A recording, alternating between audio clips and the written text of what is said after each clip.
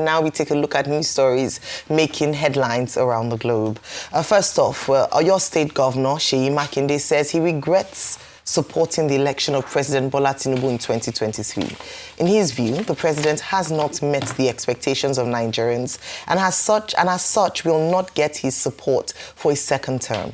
He regretted supporting President Tinubu during the 2023 presidential election, admitting that the decision had not produced the outcome he had hoped for. At a media chat in Ibadan, Makinde expressed frustration over moves by his erstwhile political ally and current minister of the Federal Capital Territory, Wike, to work against the interests of the People's Democratic Party. In his words, without any agreement, Wike promised to hold PDP for Tinubu ahead of the 2027 election. Governor Makinde said he is not seeking any higher political seat and called on Nigerians to resist the imposition of a one-party system. So this was the exact first contract that Mobile gave to Macon. I was 29. It was $1 million. Within that 1 year, I made $1 million in my pocket. I was 29. 1997. Wike perhaps at that time just left. He just left law school, and then his next job after that was local government chairman. And the trajectory was, I don't beef anybody, but the real issue is that I was in a meeting with the president and Wike. And I'm saying this, in an open chat. The president's chief of staff was also in that meeting, and a few others. And Wike said to the president that, well, sir, I will hold PDP for you, against 2027. I was in shock. So we got up, we got to the veranda. I said, Wike, did we agree to this? I don't like talking about people, and I will not talk about people or talk about events, but I'll talk about the real issue. The real issue is that Wike would like to support the president for 2027. That's fine. It is within his right to do that. But also some of us that want to, ensure that democracy survives in Nigeria. We don't drift into a one-party state, and we want to ensure that PDP survives. It should also allow us to do our own thing. That is just the issue between me and Wike. And I confided in a mutual friend of us after that meeting. And I kept thinking, okay, the president did not ask him, do this for me. He was the one that volunteered that I will do that. So when I was telling our mutual friend, I said, look, maybe he was talking about an errand that the president never sent him. So let's watch, let's engage him. Let's see if he will back off. But he never did. So after he didn't back off, I said, well, now it's time to confront him. Because I told him from that day that I will never be a part of this. And that is why I will not be supporting the president for 2027. Wike can support him, he's within his right, but also it is within my own right to decide within the political space who I will support or what I will do in 2027. In other news, the internal crisis within the People's Democratic Party has deepened as INEC announced it will not recognize the Kabiru Turaki-led National Working Committee due to ongoing court cases. In a letter dated December 22, the Commission cited existing Federal High Court judgments that restrain it from recognizing or updating the party's website with results from the PDP National Convention held on November 15 to 16 in Ibadan. INEC said the decision follows careful review of legal requests from PDP representatives and comes shortly after the commission met with the rival factions led by Kabiru Turaki and Samuel Anyao. Moving on to other stories, the Senate has passed for second reading the appropriation bill that seeks to withdraw 58.72 trillion naira from the Consolidated Revenue Fund for the 2026 fiscal year. Senators commended the priority spending on security, education and health. They also applauded a proposed spending of 23 trillion naira on capital expenditure and called for effective legislative oversight. The Senate had earlier repealed and reenacted the 2024 and 2025 Appropriation Acts, extending the validity of both fiscal documents.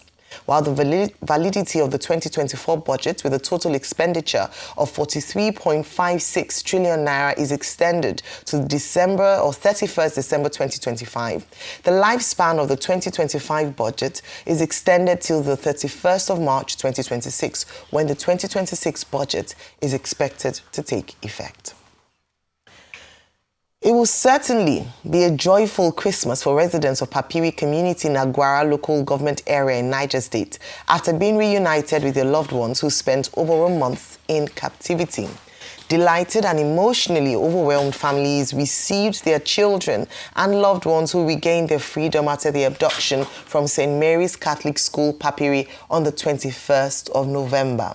The freed hostages were delivered to their families late on Tuesday by the Catholic Bishop of Kontagora, Bishop Johanna Bullis, who is also the proprietor of the school. Bishop Johanna, who addressed the gathering in the chapel at the school's premises, expressed his relief that the remaining 130 captives were back in time to spend Christmas with their loved ones.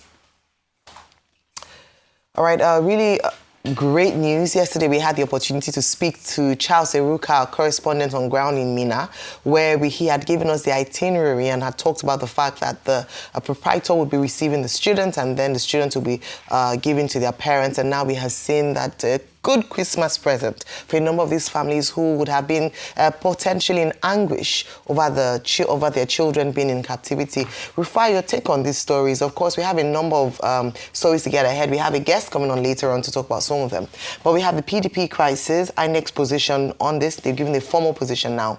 We have the story of the appropriation bill going on to its second reading, amongst other stories. Your take on them. Okay. The very first one. Niger, yes, we're excited they're back home. We can give kudos to those that deserve kudos. But the conundrum as regards the numbers has not been sorted out. Based on our calculation, we're talking about the 35 shortfall. Has that been accounted for? It's not just to welcome them and say, okay, we have 130 back home.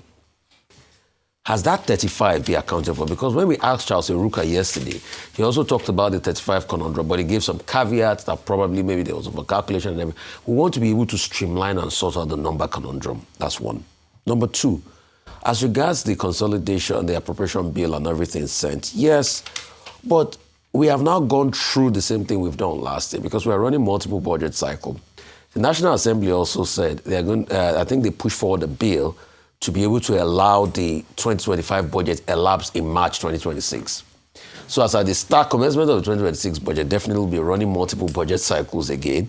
At the same time, not enough revenue to be able to service them, despite the talk about, okay, we have revenue. And at the same time, a lot of lag in payments. Somebody called me the other day as regards a project that they did in the FCT, school project that they did. That till today to pay them has been a problem. Yes, we are commending, they are doing roads in the FCT. What about those that did school projects? Why are we lagging behind in paying them? These are contractors that are going to borrow money from the bank. It also shows why people were protesting the other day. The electricity companies still did. I'm not sure they'll be able to pay them since they talk about the 4 trillion bond. The money has even gone up to about 6 trillion now. So there are a lot of pending payments here and there. As regards the PDP, yes, the faction continues, the conundrum continues.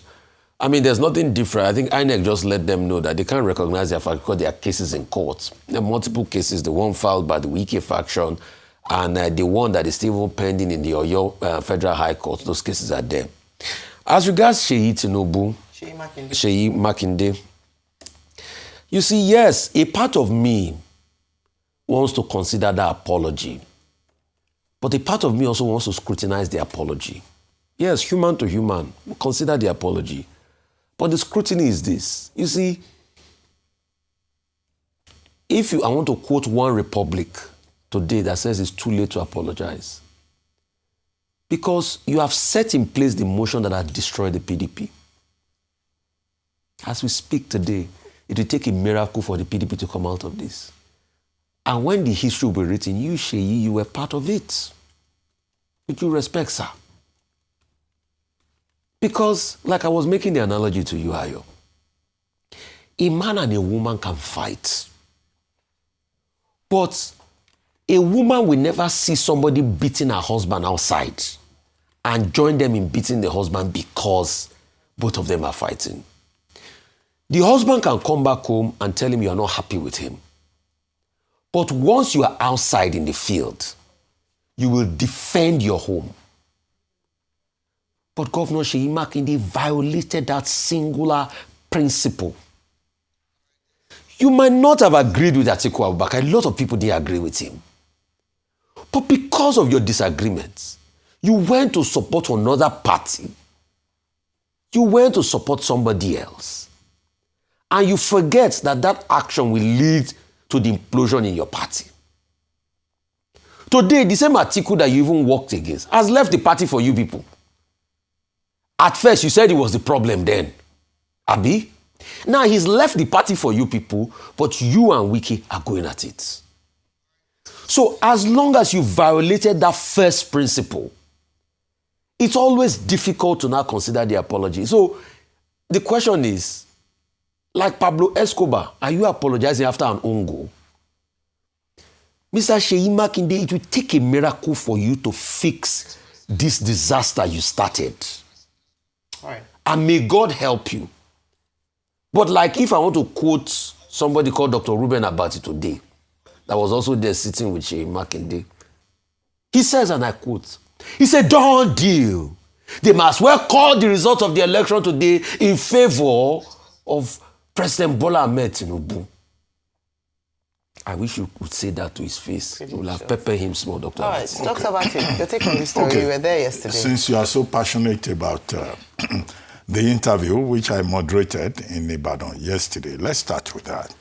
Now, the question that you have raised about, I guess it's about the G5. Yes. Now, Governor Seyi Makinde addressed that. He said, look, he became a member of the G5 because he didn't think it was right for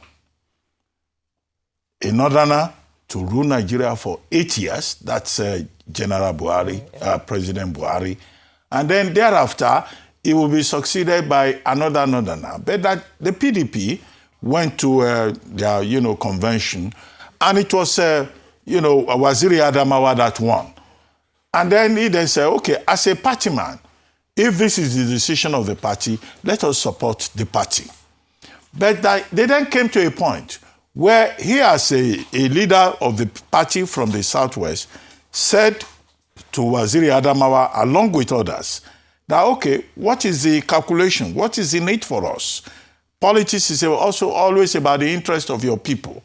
But it turned out that the presidential candidate from the Northeast, the chairman of the party from the North Central, that's Senator Yochi Ayu, and also it was obvious that Governor Tambuwa, who was at that time, Senator Tambuwa now, who was at that time the chairman of the Governors Forum of the PDP, will also be given a major position. And they told Atiku Abubakar in London that, look, North East, North Central, North West, what is in it for other zones? What do we sell to our own people? And that former Vice President Atiku Abubakar told them that he would think about it. In another week, he will get back to them. And then 1 week later, he said, well, the arrangement should stand. And he said, okay, I've recommended Arakpaja, who is deputy vice chairman of the party, to at least be given something, so that Yoruba people will also think that in this party called PDP, they have a stake going into the 2023 elections. But he refused. And at that point, he said, well, I'm here representing my people. And if they are not going to give the southern part of Nigeria anything, either the southwest or the southeast, it's better to insist that the south should be the party that should have, a shot at the presidency. And it was on that principled basis that he decided to support President Bola Ahmed Tinubu, even if along the line President Bola Ahmed Tinubu didn't also, demonstrate good faith.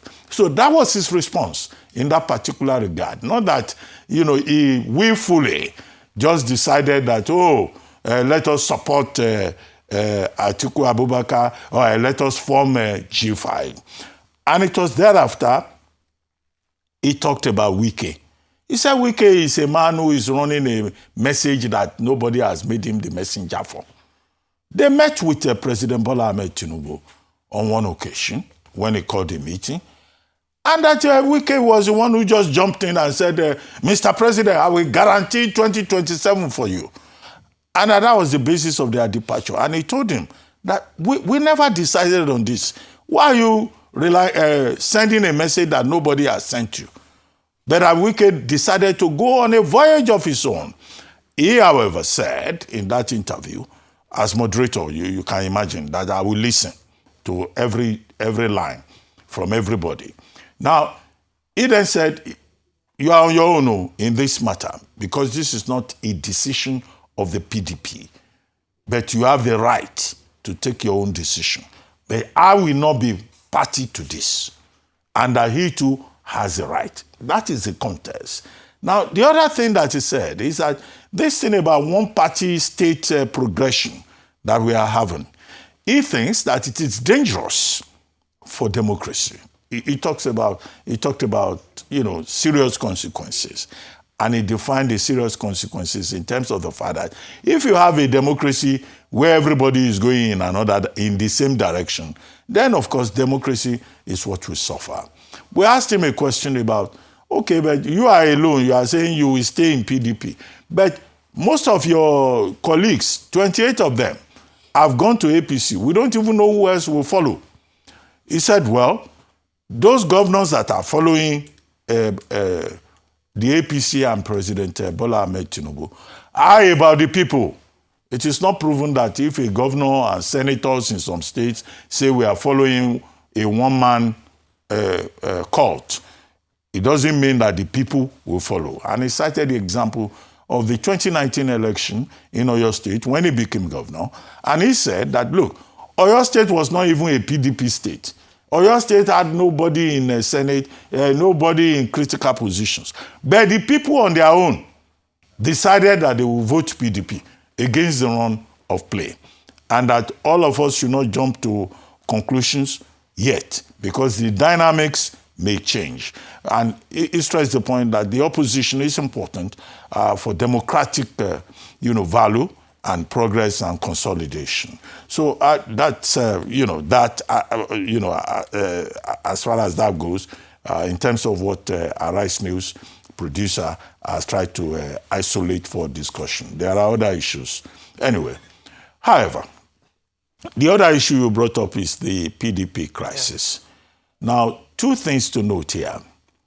The INEC, Independent National Electoral Commission, says is not recognizing any faction until court judgments have been delivered, determined the crisis in the courts, whether in the Oyo State High Court or at the Federal High Court. Well, I would say that INEC is trying to be cautious in this regard. It does not want to jump the gun. It does not want to be seen to be anticipating what the courts will decide. However, two caveats, four, in fact. One, when the PDP held its convention in Ibadan, I think November 15? 15 to 16. Yeah, okay, November 15 to 16. INEC observers were there, giving some validation to that process. Now, the same INEC has since called the parties involved, the Turaki faction, as they call it, the Wike faction, as they call it, to a meeting. And it was at the end of that meeting that INEC said we'll wait for what the courts will say. However, the problem with that meeting that INEC called was, as Governor Makinde pointed out yesterday, because he addressed the issue, that Samuel Anyanwu was invited to that meeting. And he raised the poster that in what capacity did that happen? 2, why did they not invite Ambassador Damagum to that party? In other words, he was suggesting that INEC is trying to play games with the matter. But the third point that I think we should also note is that the Supreme Court, 2 decisions from the Supreme Court. 1, that the courts cannot determine the internal processes of political parties, that the parties themselves are the ones that have the power, in line with their constitution, to, resolve whatever internal matters that they have. And 2, I think there was also another judgment by the Supreme Court saying that INEC cannot on its own decide on what will happen within a political party. However, from a pragmatic point of view, I think that PDP is in trouble. Those who say we will rebuild PDP, we will do this, the same Supreme Court, the same courts of Nigeria that we have seen, they can keep this matter in the courts till end of next year, when it will be too late for the PDP to field candidates, when it will be too late for a party in disarray to even present itself, organize itself as a credible opposition. Finally, as for the Senate Appropriation Bill, first issue is this. Now, we will expect this same Senate that has now passed the Appropriation Bill for second reading to interrogate the details, the benchmarks, the fundamentals. We have raised the question on this table that to say we will do 1.8 million barrels per day. Who is giving them that Nostradamus confidence that the Nigerian government will be able to do 1.8 million barrels per day? Who tells them, who is telling them, who is assuring them that the exchange rate will be 1,400 to the dollar? Okay? Or that the spot price of crude in the international market will be $68.5 per barrel. So, economics, experts in the field have also themselves questioned these benchmarks. And then the whole idea of resilience, consolidation, and all that. Okay, if you don't cash back the basic priorities there, even now in the 2025 budget, people are saying, you are not cash backing agriculture. You are not cash backing, you just give this statement of intent because that is what an appropriation bill is. Then, of course, that's why interrogation is important. Number 2, civil society groups have been saying this budget, this appropriation bill should not be left alone to the National Assembly to determine. That there should be civil society involvement so that the people can raise questions. One of the questions that the people of Nigeria can raise is the third point, which is about this amorphous, cycles, budget cycle that we operate. Now we are taking 24, 25, 26, 25 is going to go to 31st March. Even if that is constitutionally approved, you can, extend the budget for. But why can't we have a single window of budgeting? So all of these are questions, that need to be raised and asked. And then, of course, when you have a budget, so where is the revenue going to come from? You have expenditure that is more than revenue. They say they will take money from consolidated fund. Mark my words. Not very soon again, they will say they are borrowing. We are not saying that borrowing is a problem, but when you borrow for consumption and you are not borrowing for productivity, that is what the economists would say is the problem. All right, okay, so a number of things have been said, so I'll just chip in one or two things because we want to get into, we have a big interview later on today with Taiwo Oyedele of the Joint Tax Law or Bill, and we want to dissect that. But very quickly, a few things around. First of all, we have talked extensively about the return of the Niger children, and I don't think we can speak enough about it, not because of its own, just on its own merit, but of course based on how it has far-reaching impact on other areas. One thing I'd like to just mention was based on an interview by the media aide to the proprietor on Newsnight, one of the shows here on Arise News, where he had talked about the reason some of the students were coming from really far distances as a result of the fact that local communities in that state do not have schools. And it's not peculiar to Niger State alone. And this is just to again raise the issue around the responsibilities of subnationals, state governors, and how we say that we shouldn't just focus attention on the federal, on security matters. Other decisions made at state level also have an impact on insecurity in Nigeria. And so this is just to say that we keep talking about FAC allocation increasing. We've talked about the budgets, the appropriation bill of 2026, an increased amount of money allocated to education. I mean, allocation and implementation are two different things. But at least the state governments have money, increased allocation given to them. It's a call for them to do more with regards to providing amenities, infrastructure for their citizens, including schools that are close to the community, and students or young children, young pupils like that do not have to be in boarding school because they don't have schools close to their communities for them to go as day students. Just to chip that in and to raise that not just the federal, but the state. Now, going on to Governor Seyi Makinde's session yesterday, I thought it was an opportunity for him to clear the air around certain issues. We don't often see him grant interviews or sit at it. Probably this is his first media chat. So it was an opportunity for him to really address a number of things.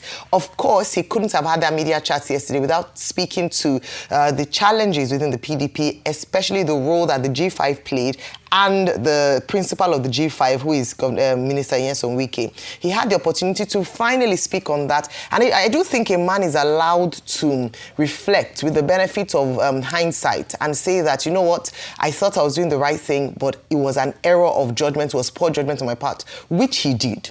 However, it's also a lesson, perhaps, for the future for politicians around making decisions that could have a future or far-reaching impact if not carefully thought out. And that's why you can understand when people say it's like breaking an egg. Once it's broken, it's done. Even if you say, oh, I regret doing that, the damage has already been done. And that's what we see going on to the PDP now, and the resolution or the letter written by INEC on its position as to not recognizing the PDP convention. We already preempted this. When there was almost forum shopping with different courts, with different orders and judgments, we had said that one of the challenges of the convention, even if it held, was that would the outcome of the convention be recognized by INEC? Well, INEC has put paid to that pending what the judicial outcome would be, but they've said that because of all the things that were happening, they looked carefully at the law, and so they would not recognize. So the big question for me this morning, and I believe I'll be posing that to our guests later on in the show today, is what is the future of the PDP? If INEC is saying they don't recognize, it means that as we speak, the chairman of PDP is not recognized. The people that were elected are not recognized. The candidates, I don't know if they don't recognize. So what is the future of the PDP? And do they have enough time before 2027 to get their acts together? Your guess is as good as many people that it is almost like Dr. Bati, in the words that he used, a miracle. It would take a miracle, or was it right? Well, it would take a miracle to get them back on their feet in readiness for the elections. And that's why I go back to the conversation around defections too.